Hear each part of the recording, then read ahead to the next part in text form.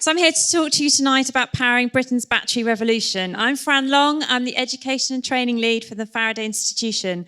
I'm based on the Harwell Science and Innovation Campus in Oxfordshire, and it's a real pleasure to be with you tonight. So, what is the challenge that we are trying to solve? As we know, climate change is a real issue for our time. We've got an increasing population and limited natural resources. We're trying to make the change from the internal combustion engine to going fully electric, and that proves very problematic for a number of reasons. Battery life is very challenging. As you'll probably know, your phones have to be charged more than you might like. Usually after owning a mobile phone for about 2 years, the battery starts to degrade and doesn't perform as it does when it's new. And that's something that we've got teams of scientists and engineers up and down the country trying to solve. How can we make batteries last longer and perform better? So you might have seen earlier on the rotating slides the question about how many AA batteries would it take to charge a mobile phone for a year? And the answer is actually 800. Professor Saiful Islam, one of the Faraday Institution researchers, stood here in 2016 and gave the Christmas lectures all about batteries. And if you've not seen those, I can highly recommend it. And the recordings are available online. Battery size is also a problem, and it's something that we're trying to solve. So when we're thinking about the weight of an electric car battery, how many emperor penguins do you think it's equivalent to? The answer is actually 10, and that batteries are really heavy. A Nissan Leaf battery weighs about 230 kilograms, and it's really problematic in terms of vehicle design. So if you look at the images on the screen right now, you can see at the top, you've got one battery cell, a lithium-ion pouch cell. And then within that, we've got those in a module and in a pack. And if you look at that when it's placed inside the electric car, you'll see it takes up a huge amount of space. The design of an electric vehicle is very constrained by the battery and the amount of space it takes up. And it's also very heavy to transport. Recycling of materials is another challenge for battery scientists. At the moment, it's very difficult to recycle lithium-ion batteries, particularly for electric vehicles. You've seen how big they are. Lots of the elements and materials within inside them are glued together.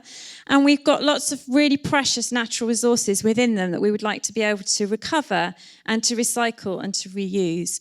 But at the moment, it's a race to find technology to enable us to be able to do that effectively and at scale, especially when we consider that very soon, many of us will be driving electric vehicles and the number on our roads will be increasing.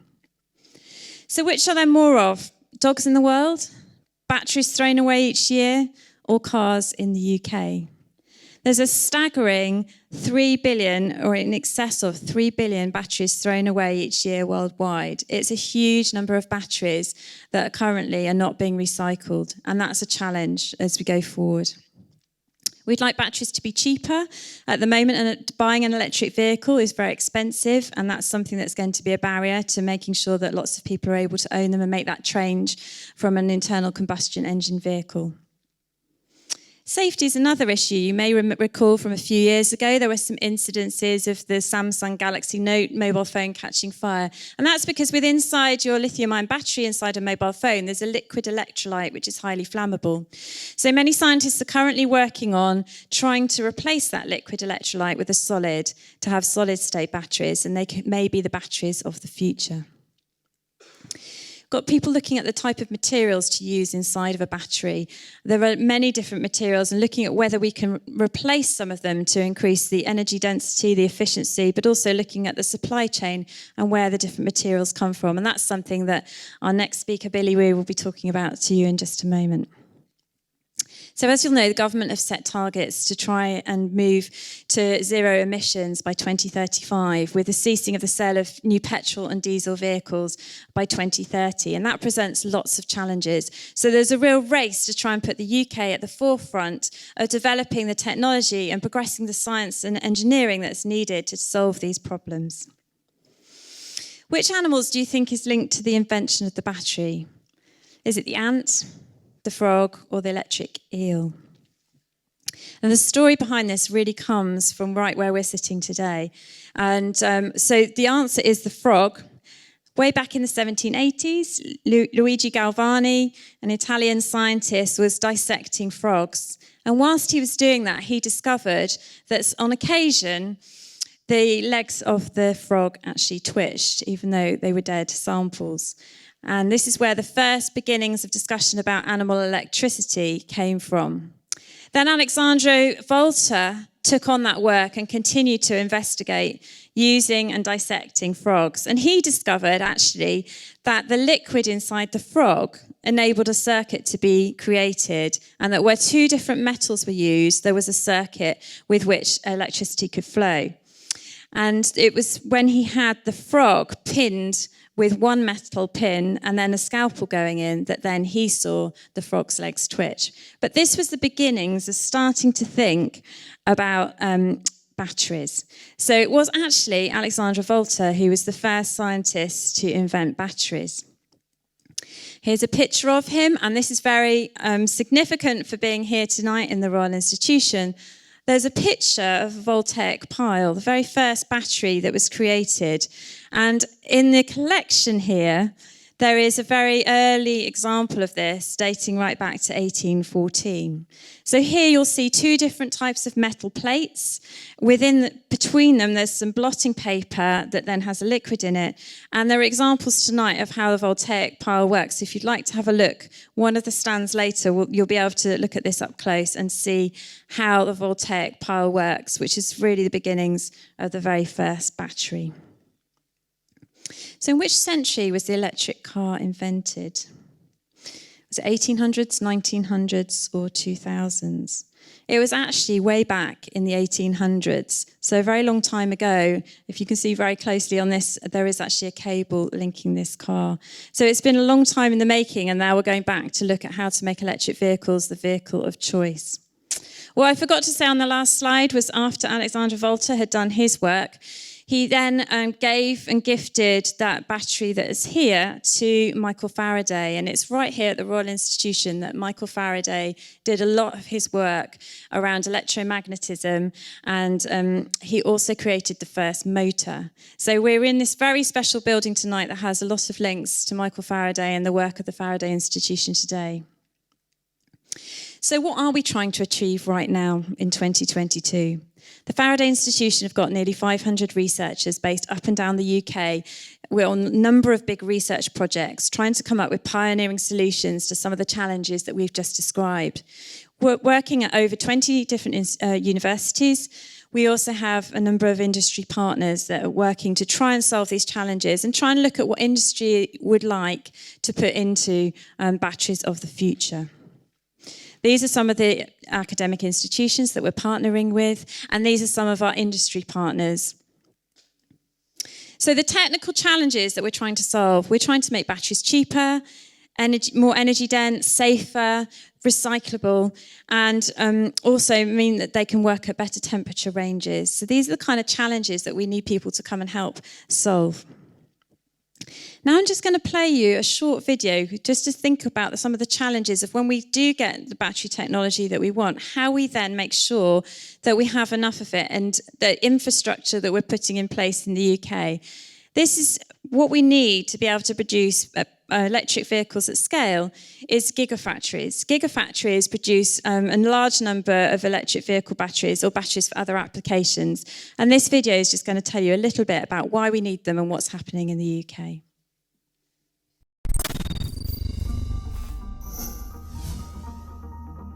Britishvolt has a clear mission to build the UK's first battery gigaplant, developing and manufacturing world-class lithium-ion batteries for electrified vehicles. This is strategically crucial for the UK automotive industry. By 2030, over 30% of vehicles will be fully electric, and the market will keep growing. Batteries are complex, large, and valuable systems. You need to make batteries close to where you make cars. Without UK-based domestic battery manufacturing capacity, car production will move elsewhere. Britishvolt's mission represents a significant investment. In fact, one of the largest ever UK industrial investments. The first phase of Britishvolt's production will start in 2023, and the final production phase will be on stream by 2027. We will produce enough batteries for in excess of 300,000 vehicles per year. This will support the crucial UK automotive industry, which employs hundreds of thousands of people and is worth billions of pounds in income and exports per year. A British manufacturing and development ecosystem will protect and create jobs. It will enable rapid development of technologies, more closely tailor batteries to the needs of UK and European car makers, and will build on the UK's lead in battery technology development, helping to accelerate the UK towards its goal of zero net carbon. It will also support a complex and valuable supply chain. Britishvolt itself will create thousands of jobs and is targeting billions of pounds of revenue by the mid-2020s. The British government can support and assist us to achieve all of this with a commitment of funding, commitment to the supply chain and a supportive policy and planning regime. The size of the prize is huge. Britain has a chance to take its place at the forefront of the global battery industry. The United Kingdom cannot risk being left behind.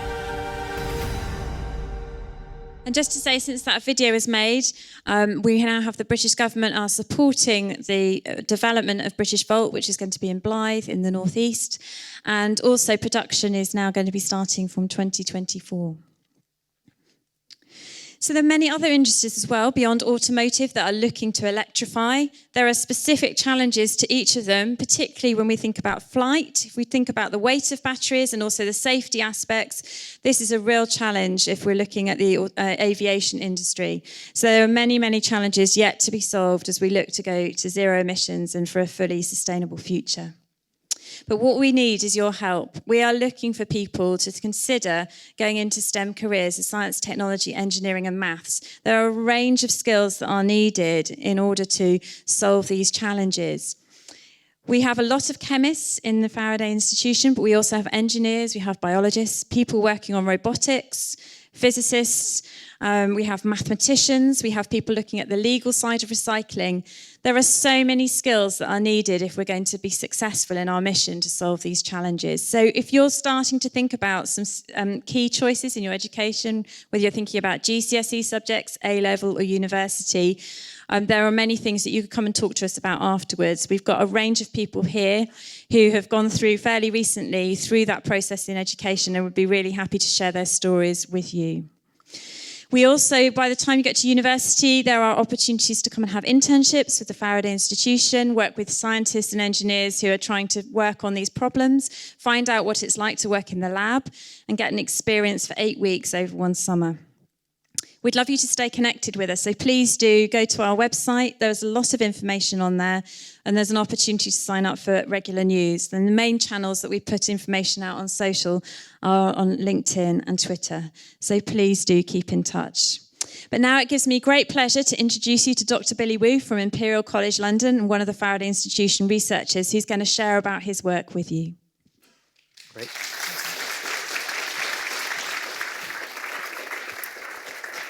All right.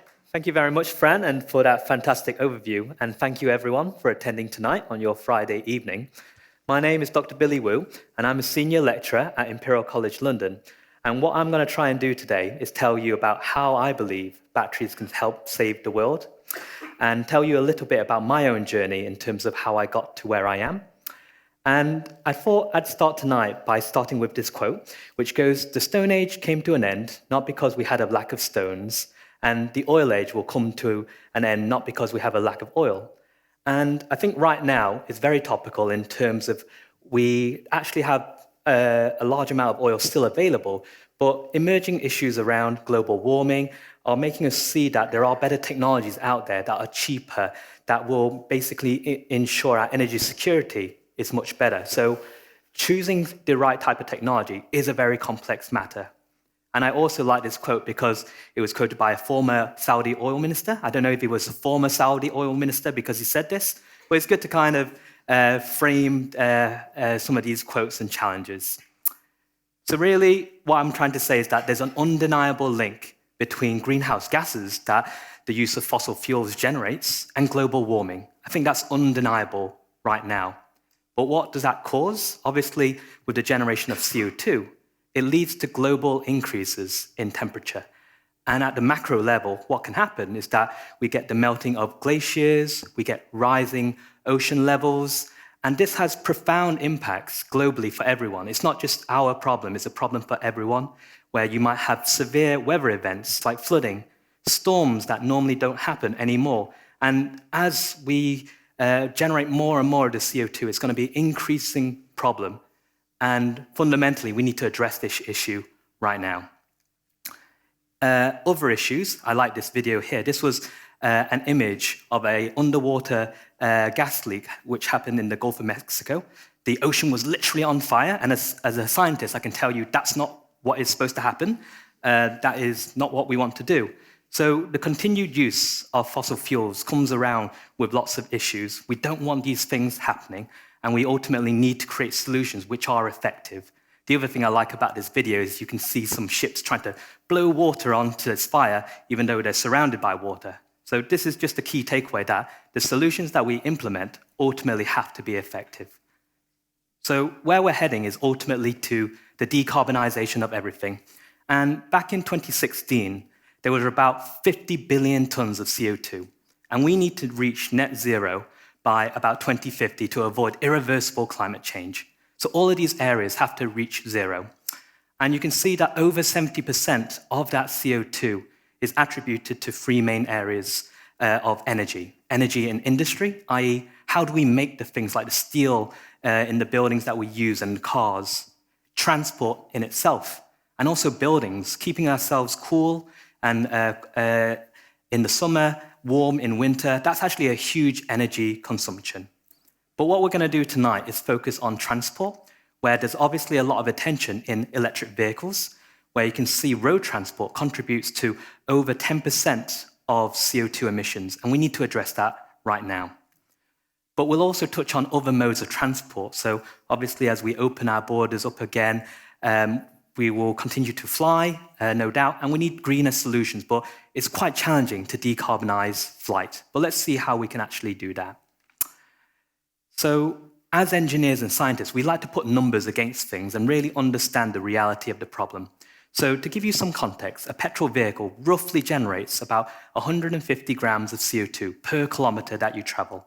And broadly speaking, that generates about 1.5 tons of CO2 per year. So it really adds up if you think about how many people are around the world. Going to electric is zero local emissions, i.e. we don't generate any emissions by the car, but we have to think about where we generate the electricity. And nowhere around the world really generates truly net zero carbon electricity right now. It is better. So right now in the UK, it's about a 70% reduction in CO2.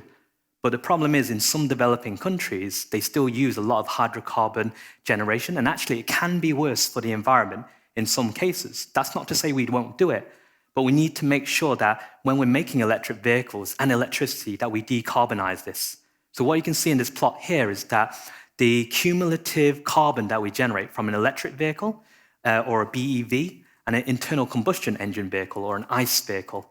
And initially, actually right now, internal combustion engine vehicles are lower in carbon when you first buy them. But if you drive about 10,000 kilometers or a year of use, that normally offsets the carbon. But this tells us that we need to decarbonize the manufacturing process. So let's try and unpack how we actually do it. And a lot of that boils down to the materials that we use. So how is a battery made? It's roughly like a sandwich. We've got two layers of current collectors, which provide electrons. They're what drive the cars and the motors. These are made from copper and aluminium. We have an anode, which is the negative half of our battery, which is normally made of graphite, which is a form of carbon. This is the same as in your pencil lead. The cathode, or the positive half of our battery, is actually where a lot of the important materials are. This is made from cobalt, nickel, aluminium, lithium, manganese. These are the ones which we'll unpack in a moment. And then we have a polymer separator.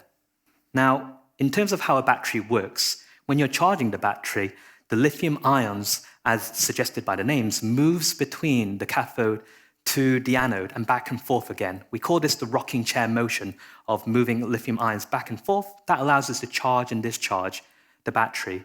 And what we're trying to do in the Faraday is make this more efficient and more cost-effective as well. So those are the key components, but how much are there in each one? So the cathode is the most important part of the battery, and there's about 31% by mass in the cathode. And right now, most of that is made out of nickel. There's other elements of interest, such as lithium and cobalt, which we'll talk about in a moment. The anode, or the graphite, contributes to about 22%. And then beyond that, other elements are important as well. But for the time being, we'll focus on these pieces. Now, hopefully we can make this a bit interactive, and hopefully the technology will work. So please do get out your smartphones, and we've got a quick quiz here. So the first question is, all of the batteries that we have, so in your mobile phones, in your laptops, and hopefully in the future your electric vehicle, how many kilometers do you think the materials in your phone and battery has actually traveled before actually arriving in your home? So we're getting some answers in. The technology does work. So some people think over 10,000, that's a lot of kilometers. Some people think between 1,000 and 10,000. That seems to be the popular answer right now. Maybe I shouldn't show this because there's a bit of bias when you start to see it. But it's nice to see that people appreciate that, it's a large number. And we'll give it one more second. So most people think it's between 1,000 and 10,000 kilometers. So let's try and unpack that and see if that's right. So the question is, where do all the materials come from in our batteries? So obviously these things are called lithium-ion batteries. So there's lithium inside. The vast majority of lithium comes from a combination of Argentina and Chile and Australia. And the vast majority of battery material processing actually occurs in China. And broadly speaking, this is between 20,000 and 9,000 kilometers. We've also got nickel, which a lot of it comes from Australia, and also China has some nascent nickel production as well. Cobalt normally comes from the Congo, where there are some challenges around ethical sourcing of materials. And ultimately, these materials go to China and then they get shipped out to battery production plants in the UK, hopefully, the US. So actually, we're looking at over 10,000 kilometers worth of travel before you've even started to use these devices. And there's an urgent need to localize production and establish recycling of materials if we are to make these devices sustainable for the future. So on that point about recycling, what I want to do is hopefully reveal some of the challenges around this to stimulate questions. So first of all, we have to figure out, how do we actually collect these devices? I'm sure many of you have old mobile phones, laptops, which are just sitting in drawers. We need to make sure that we collect those effectively and sort them out. Ultimately, we might need to shred the batteries into what we call a black mass to then process it and recover the useful materials. And there's two ways we can do that.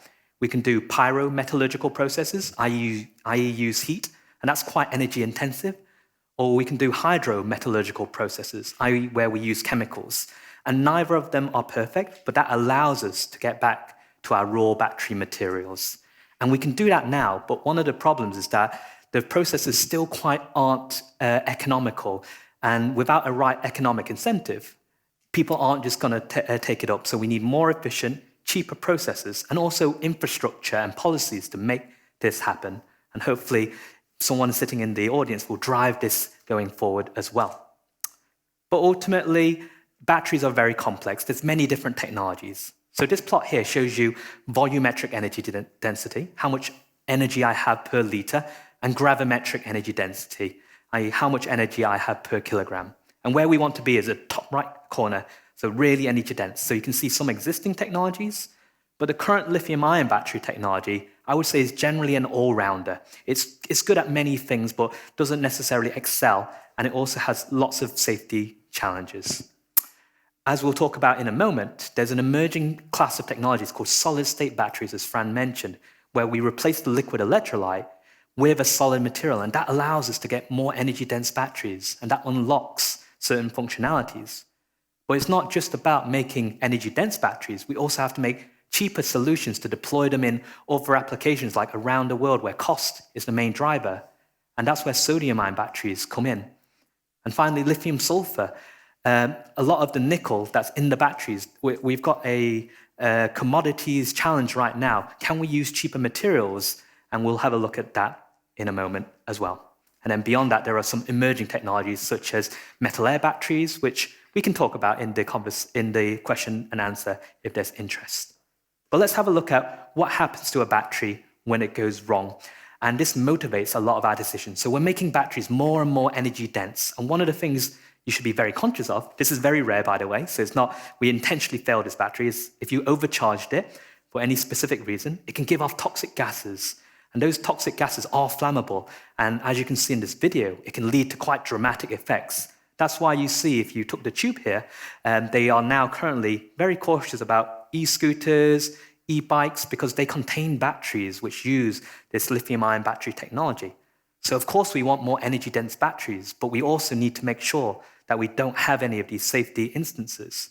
So as Fran mentioned, we need to develop safer batteries, and one way to do that is to replace the flammable liquid electrolyte in the battery with a solid material.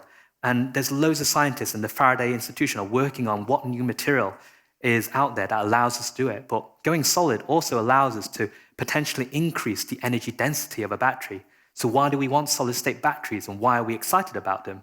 They increase safety, they increase energy density, and hopefully they allow us to have a longer lifetime and faster charging battery. But of course, there's problems with this. Manufacturability isn't quite there at the moment, and if we're going to make this at the giga scale, then we need to make sure that things are easy to manufacture. So right now, the pathway for this technology, a lot of people are saying maybe we'll find them in mobile phones to increase the lifetime of your devices, maybe micro e-mobility with e-bikes, e-scooters, and so on. And then eventually, once we've solved the problems, go to full e-mobility. Another question, so please do get out your phone again, is around electrified flight. So if we move forward to one question, one of the most energy-intensive things you can do is actually flying, and one of the most energy-intensive devices you have in your home is a kettle, and that's about 3 kilowatts of electrical energy. So this question is, if I did a long-haul flight from London to Hong Kong and back again, what's the energy equivalent in terms of leaving on a kettle? Is it equivalent to leaving on the kettle for 1 week, 1 month, 1 year, or a decade? What I was trying to gather, the correct answer is equivalent to a year of use. So that's quite shocking in my mind, because people fly a lot. And of course, it's good to turn off lights and things like that. But when you put it in that scale, making flight cleaner, more efficient, is actually a much better and more macroscopic solution. So the question is, can we make flying batteries? And the answer is potentially. So there's a technology called lithium sulfur, where we replace the nickel-based cathodes that we have with sulfur, which is a very abundant material, and lithium at the anode. And the advantage is that sulfur is obscenely cheap. We can make a very cheap battery with sulfur. We can actually get very high capacity and also very good safety as well. So the magic number is that if we can get over 500 watt-hours per kilogram, which is double that of current technologies, we can enable things like electrified flight. But the problem, again, is that these batteries don't have good lifetime and they don't have good power density. So that's why at the Faraday Institution, we've got a whole project looking at how to address these fundamental issues. And then finally, all of these batteries contain lithium. And if you've followed commodity prices, lithium has actually increased by 400%. So if you've invested money there, you've done quite well. So we need to make sure that these technologies are affordable as well. So beyond that, we also need to develop low-cost solutions. And that's where sodium-ion batteries come in. Sodium is very abundant. It's the same as what you put on your fish and chips. And also, the ocean is literally full of sodium. So the idea of a sodium-ion battery is we remove the costly lithium with much cheaper and abundant sodium. And again, we've got low-cost materials. And actually, these batteries are very high power. But the drawback is energy density isn't as good. It's unlikely to power our future electric vehicles. But there's still application for this. Right now, people are looking at using sodium-ion batteries for off-grid energy storage. Say you have a remote cabin and you've got a bit of solar panels. You want to store that energy in the evening. In the future, we might also use them for power tools, which are very power intensive. And ultimately, in developing countries like India, potentially powering e-rickshaws, so micro-mobility solutions again. So really, there's no one-size-fits-all, but what I want to highlight is that the rate of innovation, climate change is not going to wait for us. It's happening right now. And how we take a technology from the lab to commercialization follows these steps where we have a scientific breakthrough. Then we need to figure out how to synthesize that material. And that can take a year or so. Then we need to prove its lifetime. So does it last? And that can take another few years. Then we need to scale it up and put it into vehicles. And all of that can take upwards of 10 years. So if you look back at history, Professor John Goodenough, who won the Nobel Prize for Chemistry for the lithium-ion battery, discovered that material, lithium cobalt oxide, in 1980. And it wasn't until 1991, and this is relatively fast, that Sony first commercialized the lithium-ion battery. And that's relatively slow. We need to go faster. And again, in the Faraday Institution, we've got the multi-scale modeling project where we want to use computers to help us design materials. So use atomistic modeling to understand the property of materials at the atomic level. Use imaging techniques to understand how the microstructure or the shape of particles impacts performance. And then develop models to help us control and better use these devices. So these are all of the things we've already got in place. But the problem is we've got a massive skill shortage. We've got loads of great scientists, but we need more of them. And hopefully that's where you will come in. So really, I just want to give you a sense of what I do on a daily life. So a lot of my time is working in the lab with researchers, designing experiments, understanding problems. Ultimately, we generate loads of data, and we want to understand what's going on. And it's a very collaborative network that we have. We've got a very diverse team, and I think diversity is at the heart of what the Faraday want to achieve. I myself do a lot of teaching, and I enjoy teaching because I think we need to impart that knowledge onto the next generation. And then I also do a lot of outreach as well. And I think outreach is important to make sure that people understand the nature of the problems going on here. But also, how did I get here? I thought I'd include a few slides about my origin story. Unfortunately, there was no radioactive spider, but I was originally born in Hong Kong and then emigrated to the UK, so very appreciative of that. And I spent my early years working in a Chinese takeaway, and actually there's transferable skills where actually making lithium-ion batteries is very similar to cooking to a certain extent, so we've all got transferable skills that we can have. I went to a school called Valley Comprehensive, which no longer exists anymore. And my first job was actually as a fishmonger and a butcher's in Sainsbury's, where I learned a lot of cooking skills. I liked to play with knives, and that was quite fun. But then I went to Imperial College in 2006, so you can probably work out roughly how old I am, where I did a combination of, as Fran mentioned, the skills that I acquired was maths, chemistry, physics, biology, and further maths. But in the university, you might ask, how did I get interested in electric vehicles? Because I did mechanical engineering, which is one part of batteries. And it actually started by a research internship. And Fran mentioned some of the opportunities we have. I actually started out by looking at diesel emissions in electric vehicles, where we were working with a partner, instrumenting cars and measuring the emissions. Funny story is that on the first day, I crashed a car. So being a battery researcher and working on electric vehicles doesn't actually teach you how to be a good driver. But hopefully some of you have both of those skills.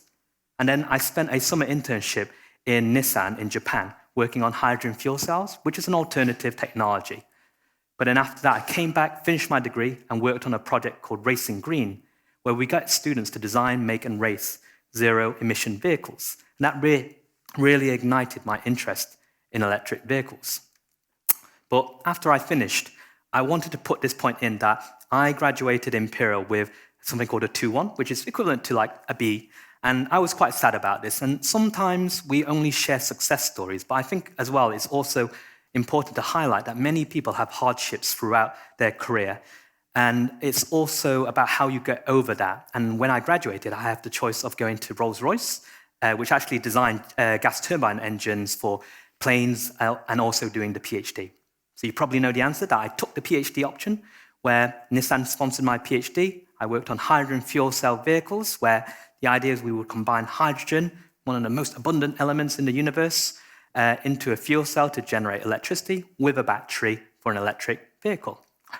And during that time, one of the things we did is a lot of outreach. I love outreach. And we designed this hydrogen fuel cell generator to create the world's first zero-emission band. So my colleagues Sam and Michael, who you can see here, we went to the BBC Energy Day, where we played music on BBC Breakfast, and we won the prestigious Green Blue Peter badge. Hopefully some of you appreciate the prestige of that award. But after that, I did a postdoctoral position where I researched large-scale batteries, and then took up my lectureship where I am now. So that's really how I got into it. But you might be asking, how can I help right now? And I think you're already starting by learning about some of the challenges with this problem space. Spread the knowledge. So ultimately, we want this to be organic. Tell your friends, tell your family, tell your dog, tell everyone about the challenges with batteries. And then engage in these outreach events. We've got some fantastic stalls outside. Please go talk to the super enthusiastic researchers and then find out about battery careers. So really, just to wrap up, so we've got a fantastic panel. Batteries right now are very complex. I think we need batteries to transition to a low-carbon future, but the supply chain is distributed, and there's not going to be a one-size-fits-all solution. We've got lithium-ion batteries now, but hopefully you've seen the promise of sodium-ion batteries, lithium-sulfur, and solid-state batteries. And there are challenges that we haven't solved completely, and we need your help to do that. And there is a massive skill shortage and huge opportunity, but there is a race. People around the world are working on this right now. And a few pieces of advice is that it's okay if you don't know what you want to do with your career moving forward, but what I would say is it's okay not to know, but what you should be doing is engaging with people, finding out more. And networking is so important. Meet new people, never be afraid to ask. This is an extract from an email that I sent Elon Musk.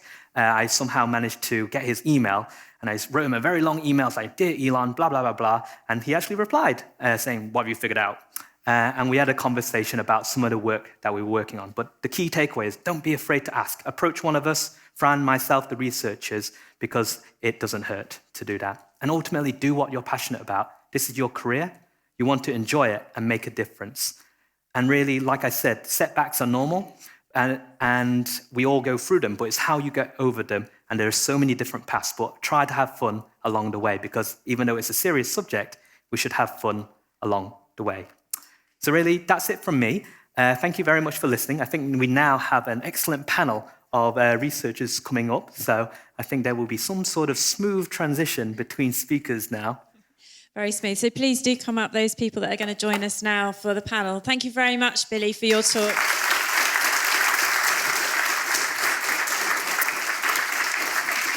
So, as you've been hearing tonight, we really need lots more talent. It's something we're very committed to in the UK, is trying to build a dynamic and diverse pool of talent for this sector. So it gives me great pleasure that we are going to introduce you in a moment to 4 Faraday Institution PhD researchers who have decided to dedicate 4 years to researching batteries. They're all doing slightly different work, which you'll get to hear about in the moment, and they'll tell you a little bit about their career journeys and how they've ended up doing what they're doing today. So to start with, I'd like to introduce you to Aaron Wade. Aaron, please do tell us a little bit about yourself. Hi everyone, my name's Aaron. I am a chemical engineer, PhD researcher at UCL, and a lot of my work involves using X-rays to look at batteries. So we use X-rays that you might get in a hospital, and we kind of change the machine a little bit and image batteries at different scales to work out why they're failing or what's going wrong in them. So I do that, and I do that on a modelling side and an experimental side. So I help people who model to get information, and I look at why things are failing. I also work for a company up in Sheffield called Exawatt, where we do something called techno-economical analysis of batteries to work out how much a battery costs now, how much it might cost in the future, and look at the supply chain and what potential issues there might be. I got into batteries mainly through my kind of love of motorsport. So I used to be a big fan of Formula 1, still am, but started watching Formula E, and then got me into batteries. And then a couple of other things is I used to be a powerlifter, and the photo in the middle is me in South Africa, where my university came second in the world at the powerlifting university championships. And now I play American football for the UCL team in my spare time. Brilliant. Thanks, Aaron. And I love watching your career unfold and the way you've managed to sort of juggle your love of sport and your research, as well as getting extra experience with the techno-economic analysis work that you're doing, which is great.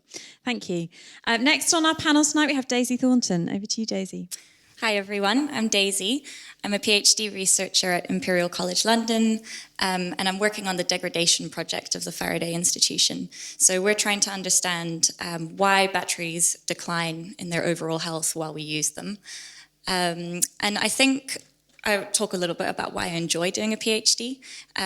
So I really like it because you have a big variety in all of the kind of work that you do. So I've put up a few pictures here on the slide of sort of the different aspects that I've been involved in. So one part that's really exciting is that we developed a new technique and we applied for a patent for that. I also really enjoy all of the work kind of in the lab and getting hands-on experience and learning new skills. And then the other thing that I've been doing is I've set up a new lab. So we went from kind of the technical specifications to actually building it. So kind of just like Lego, but with really fancy bits of equipment. And then actually using it and doing some really exciting science with the new equipment is really rewarding. I've also got a picture of our group here. I think it's really fun to work with lots of inspiring scientists and amazing teammates. So, yeah. Brilliant. Thanks, Daisy. Over to you, Kieran O'Regan. Hello, good evening. I'm one of the PhD researchers also at the Faraday Institution, and I'm currently based at the University of Birmingham. And really 5 years ago, when I sort of pursued a career in science, I was looking at what would be the next big technology. And I was looking at nuclear fusion, gene therapy, and all these crazy technologies. And I was initially attracted to batteries. Although it's something we take for granted every day, what we're going to see this decade is it effectively is going to change so many industries. And that's what really excited me, because I want to be a part of that journey and that mission. And we use them every day in things like mobile phones, and they've been around for literally centuries. But like the modern day battery has been around only for a few decades, but that has required literally thousands of scientists to get to that point where we are today. And I want to be a part of that journey, that mission, and just contribute something small. And that's really what some of the PhD researchers and Billy are doing for that mission. Like what my research is, I work on battery modeling. And when I was first doing my PhD, when I was applying, I didn't actually know what battery modeling involved. But battery models are something that are in everyday devices. So we have a battery model in our phone, and that's what changes or turns the voltage of the battery into percent.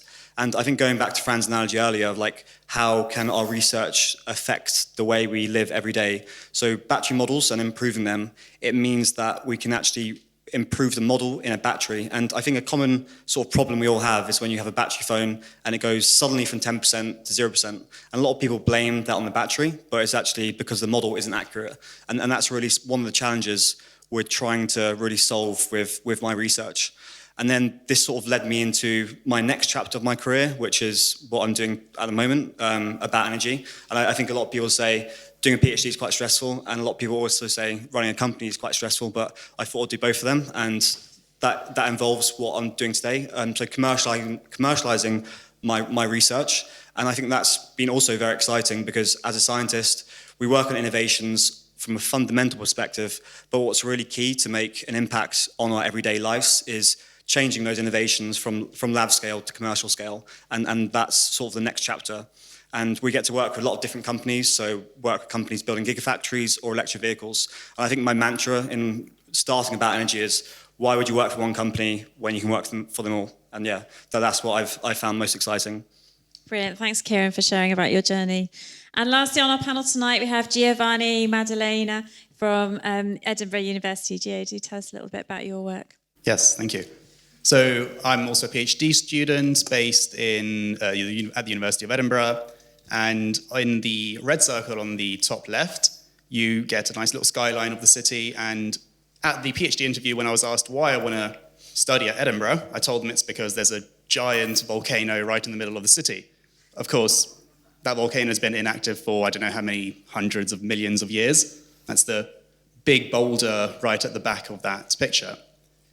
And Scotland as a whole offers a lot more natural scenery, and it's well known for all its hiking, which is something I've taken on as a little hobby this year, along with my flatmate, who's in the top middle picture, somewhere at the back. One of the amazing things about nature, which you get to appreciate in hiking, is that you get life everywhere.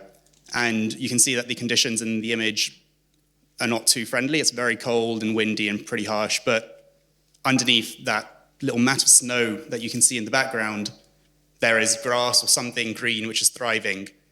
But what you can't see beyond the grass is a whole life of microorganisms, which is what my PhD is based on. I work with the use of biology and bacteria in recycling batteries. The little yellow circle is a microscopic image of the bacteria I work with in the lab called Desulfibrio alaskansis G20.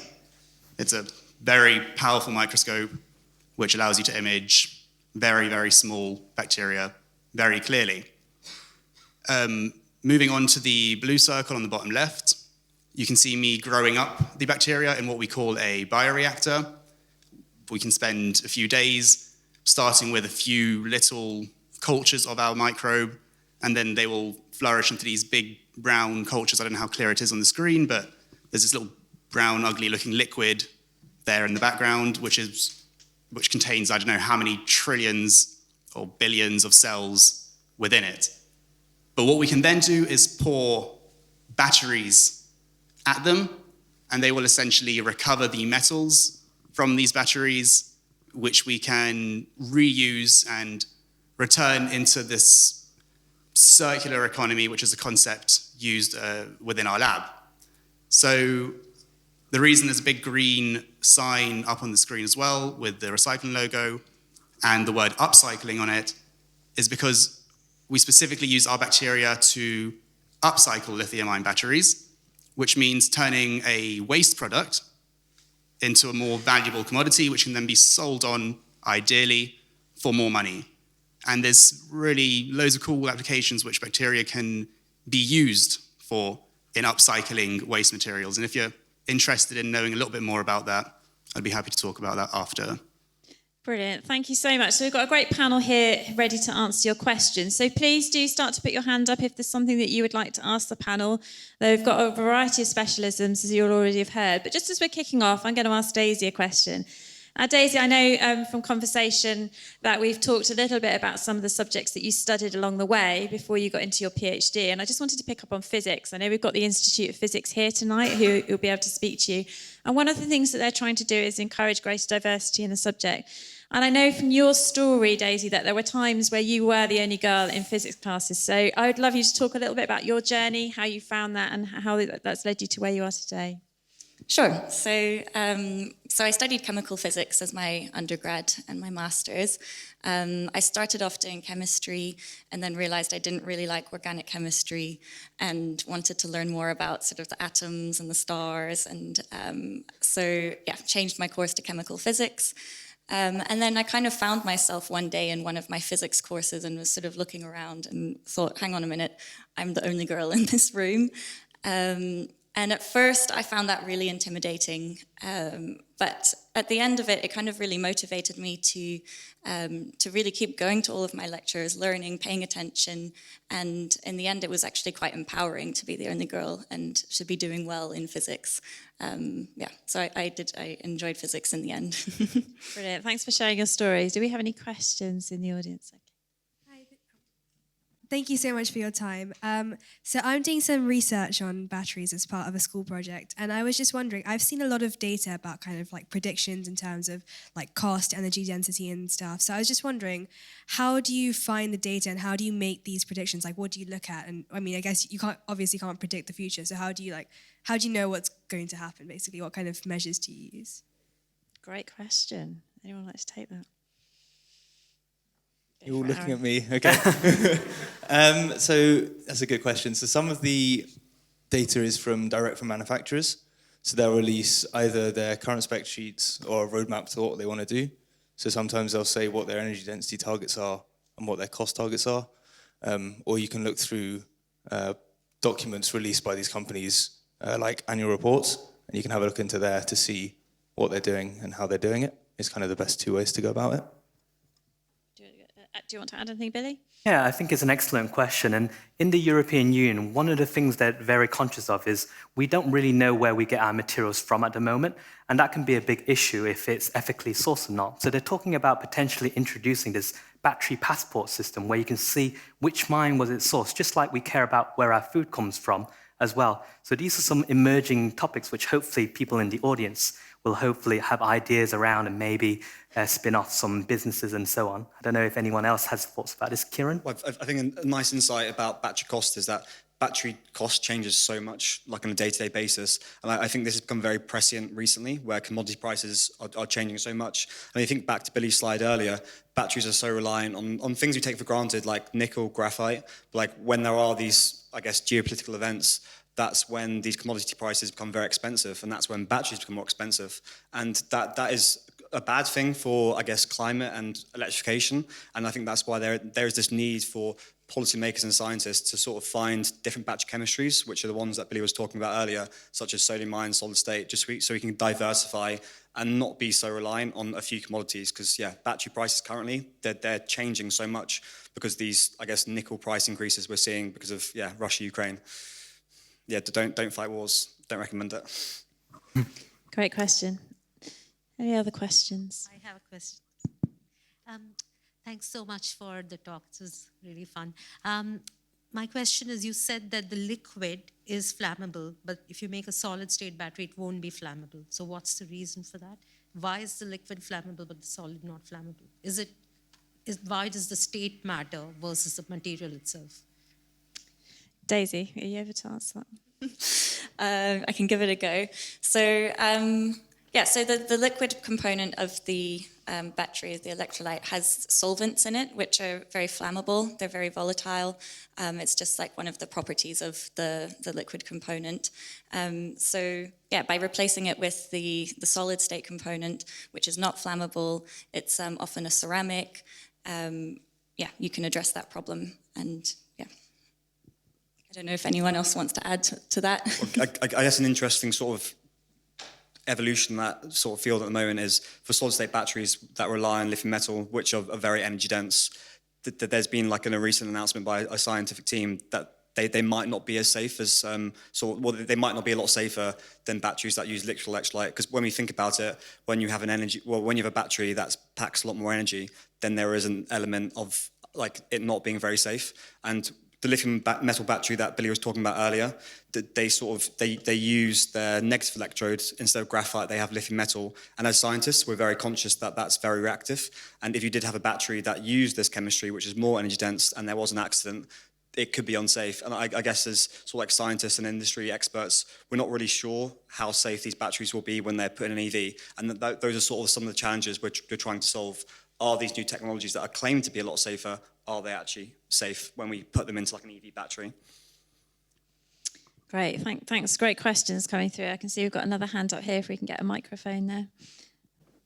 Professor Wu mentioned the 10-year delay between the discovery of the lithium-ion battery and its commercialization. What were the reasons for that delay of 10 years? And are there still barriers that would lead to similar delays, or have they been removed? And is there anything that needs to be done to accelerate commercialization going forward?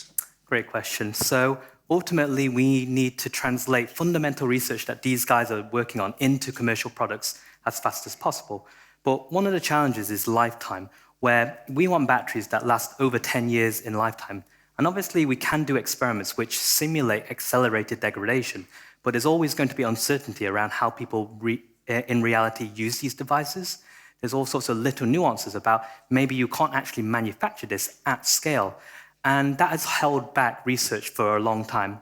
Also, battery material prototyping is generally quite, it's sometimes interpreted as a bit more of an art than a science in terms of, as probably Daisy can probably say and others, when you're making a battery, if you add in an extra drop of electrolyte, you can dramatically change the lifetime properties. So right now, some innovations which I think are quite exciting is automating material discovery using machine learning and AI to basically find new combinations of materials. So that's one of the sources. Ultimately, scaling up also takes a lot of money. And people are very cautious about investing in different areas. And you need to talk to financiers and so on. So there's challenges across the landscape that we need to solve, from iterating on our science faster to financing it, having the right policies in place that make sure that there's a business case for these technologies when they do mature. I don't know if anyone else wants to add any thoughts to that question about what slows down your research on a day-to-day basis. Maybe, Gio, because you work on biological applications, which is a bit more forward-facing, what do you think can help accelerate your research? Working with bacteria, for starters, is it requires you to grow up your cells, which is not something you can do immediately. You have to wait for overnight reactions to take place. There's lots of people who are looking at growing or using microbes which can grow faster and carry out reactions at a much better pace. In recycling lithium-ion batteries, which is an important problem, the use of biology in doing so is going to be relatively slower compared to other techniques which are used, such as the use of immense amounts of heat or other harsh chemicals which are not as environmentally sustainable, which is why we're using our microbes to introduce a level of sustainability, as the recycling can occur at much less harsh conditions. It can at room temperature and without the use of whatever really horrible chemicals you might use in that reaction. And so one of the challenges we find is the slow process of our bacteria compared to the techniques which are already available, and that's one of the reasons why the technology is not being adopted perhaps as quickly. Great question. I can see some more hands up. Somebody with the microphone there. So a follow-up to the previous gentleman. Who owns and profits from your work? I mean, one of you is setting up a company. You're all doing great research, which ultimately profits mankind. But actually, in terms of who makes the money out of it? I mean, we've got Dyson's name written all over the building. So he's obviously succeeded. I guess this could be a question for me, because as starting a company, so the way Faraday Institution works, which is the sort of government body that funds all our research, they fund all the research purely to sort of push scientific boundaries. But then more recently, there's a need to turn innovation into impact. And that involves commercialization. So, for example, for my company, About Energy, the Faraday Institution has going to be funding a lot of support, but ultimately it's the founders who profit. So what the government is trying to do is drive innovation, not necessarily benefit from it directly, but it benefits the country and all of us in two ways. Firstly, it means that we can commercialize technologies that affect us day to day, but also means that we can build industries. And without innovation and sort of helping people commercialize these innovations, these industries don't get built. So the Faraday Institution is trying to sort of figure out what we need as a country for the next 5 or 10 years to actually make these industries a reality. And without this sort of forward thinking, a lot of the industries we see in 10 years wouldn't be around.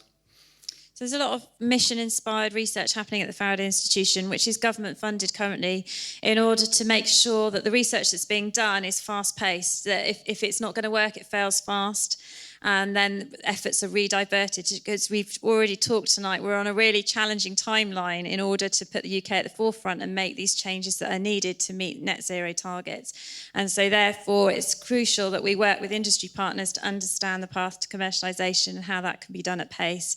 And like we've talked about, we're working very closely with British Volt, for example, who are building the Gigafactory in the north, and looking at how to both help them in that mission and link up with the science, but also look at the pool of talent that we're developing to work in that industry, which is growing at a great pace. Thank you for your question. I know there's somebody in the middle there. Hi. So the whole point of using these batteries is to reduce carbon emissions. However, the production of these will undoubtedly lead to, carbon being emitted when they're produced in the factories. So what's being done to combat this? It's a really good question, Billy. I think that might be one for you. Yeah, I can get us started and hopefully others can add into that. So I think there are many aspects to this. There's where we source the materials from, which if we can localize sources of lithium, nickel, and so on, that will obviously decrease the carbon intensity of traveling. And actually in Cornwall, it's got a lovely beach, but it also actually has quite a lot of lithium, which people are investigating at the moment to see if we can integrate that into a UK supply chain. There's also more green ways of manufacturing, because right now, building a gigafactory actually requires quite a lot of electricity to make the electrodes dry, because what we do is we mix the active material that you saw earlier with solvents that we evaporate, and any sort of evaporation process is very energy intensive. So the Faraday have a manufacturing project looking at maybe converting that to a dry process where we don't have that. But right now, gigafactories need a lot of energy. So it's a combination of localizing the manufacturing, having materials and chemistries which are inherently low carbon, but also potentially finding new manufacturing routes as well. And we haven't solved all the problems, but hopefully they will have inspired you into finding new solutions for that. I don't know if colleagues have thoughts. Well, I think I guess we can talk about the degradation project as well. So we're doing a lot of research and trying to understand why batteries start to fail or why they start to perform less well. And by doing this research, we can then implement mitigation strategies so that we can stop this degradation from happening. And this effectively means that we'll have batteries that last longer. So we don't need to replace the batteries as often. And this can also help to address these issues, I think. Yeah, that's great. I think we've got time for one more question before I'm going to come to our panel, to each of our panel members, and ask them a little bit about what they enjoy most about the work that they're doing. So I can't see where the mic is there. In comparison to electric vehicles, how efficient and how eco-friendly are hybrid vehicles? Good question. Anyone wants to take that? I can probably answer a bit on that, because the way I sort of didn't realise about hydrogen vehicles is that, firstly, as Billy mentioned earlier, hydrogen vehicles need batteries. And then we sort of have to think about the ecosystem, like how we get hydrogen. And hydrogen's usually made by electrolysis. And then you have to transport the hydrogen around the world and also fill up your car. So like all these stages, electricity is lost, and it actually becomes a very inefficient process. So I think from the actual electricity you use in the vehicle to what you actually put in at the start of that cycle is about 60% efficient. And like electric vehicles, because you basically charge your vehicle straight from the grid or from your solar panels or your wind, that process can be made a lot more efficient, and it's over 95% efficient from the electricity you put in to the energy you get out. And I think that's why hydrogen is going to be a key technology, but probably not for a lot of the things we do today, such as driving around, because you get those inefficiencies. So I think that's important in terms of like batteries being the most efficient technology. But I think going back to our other point, batteries, I would say, are quite polluting as well, because they require a lot of mining. And I think as individuals, we can't rely on scientists and technologies to solve our problems. It's about consuming less. So do we buy an $80,000 vehicle to commute to work, or do we walk? And like tech batteries, they help us solve, I guess, the environmental crisis, but they're not the holy grail. And what we have to do individually is sort of change the way we live. Thanks, Kieran. Thanks for the questions. I know there were other questions that you wanted to ask, so please do come afterwards and talk to the scientists and researchers who are here, because they'd be more than happy to help. But just to finish off, I wanted to find out a little bit more about what you really enjoy about the research and work that you're doing. So perhaps, Aaron, you can just give us a quick, what do you enjoy most about the work you do, and what led you into this field? Sure. So the UCL engineering motto is change the world. And when I was an undergrad, I kind of laughed at that, because I thought it was a bit silly. Because I thought, how am I going to change the world? I'm just one guy who's doing chemical engineering. But now in this field, kind of I feel inspired with the work I'm doing, and I feel like I'm actually making like an impact and kind of benefiting the world for the better, which is what inspires me the most, is kind of working towards a sustainable future, which is really exciting and really cool for me. Great, thanks for sharing. Daisy? Yeah, I guess similarly to that, I think part of the reason why I wanted to do a PhD in batteries was because it is kind of using the chemistry degree that I did for something that I feel very passionate about and that I think is really useful and important. So that's part of it. But then also I think it's actually really fun to be in the lab, to be learning these new skills, like I said, and then getting results and getting data that's exciting, and it's cutting edge science that nobody's ever done before, and you're understanding things that nobody's understood before. And that's really exciting, and especially when you can then apply that to solve a really important problem. It's very rewarding. Thank you. And Kieran, when you started your PhD and your research, I don't imagine that you ever thought you'd be where you are today with setting up your own company. So just tell us a little bit about what inspires and motivates you. Well, I think the most interesting thing about being a scientist, and I guess someone starting their own company, is just the chances we get to meet a lot of people. And I think the Faraday Institution, it's allowed us to connect with so many amazing individuals, not just in the UK, but like globally. We've met people building gigafactories in north of England, building Formula E cars. And like Billy's story today, that's what I find most exciting, speaking to people doing these sort of very innovative, world-changing things, and learning more about their story. And I think when I started my career, I really didn't see myself achieving some of these things, but then when you meet people who are maybe a few years ahead of their career than you are, it sort of gives you that tangible path to doing those things. And I think a lot of us through the Faraday Institution have really seen what we can achieve in the future. And I think our careers are hopefully just beginning. Great, thanks, Kieran. Leslie, Gio. For me, my motivation is pretty much because science is cool. And I think the things you can read about and see and do all really, there's just loads of crazy things out there. Who would have thought bacteria can, recycle metals, for example, amongst many other things. Also, in science, and especially with the Faraday Institution, we get to meet so many different people, and being a biologist, I often don't understand the chemistry or the physics, but I'm learning so much about batteries myself, and I've just learned to actually find them very interesting.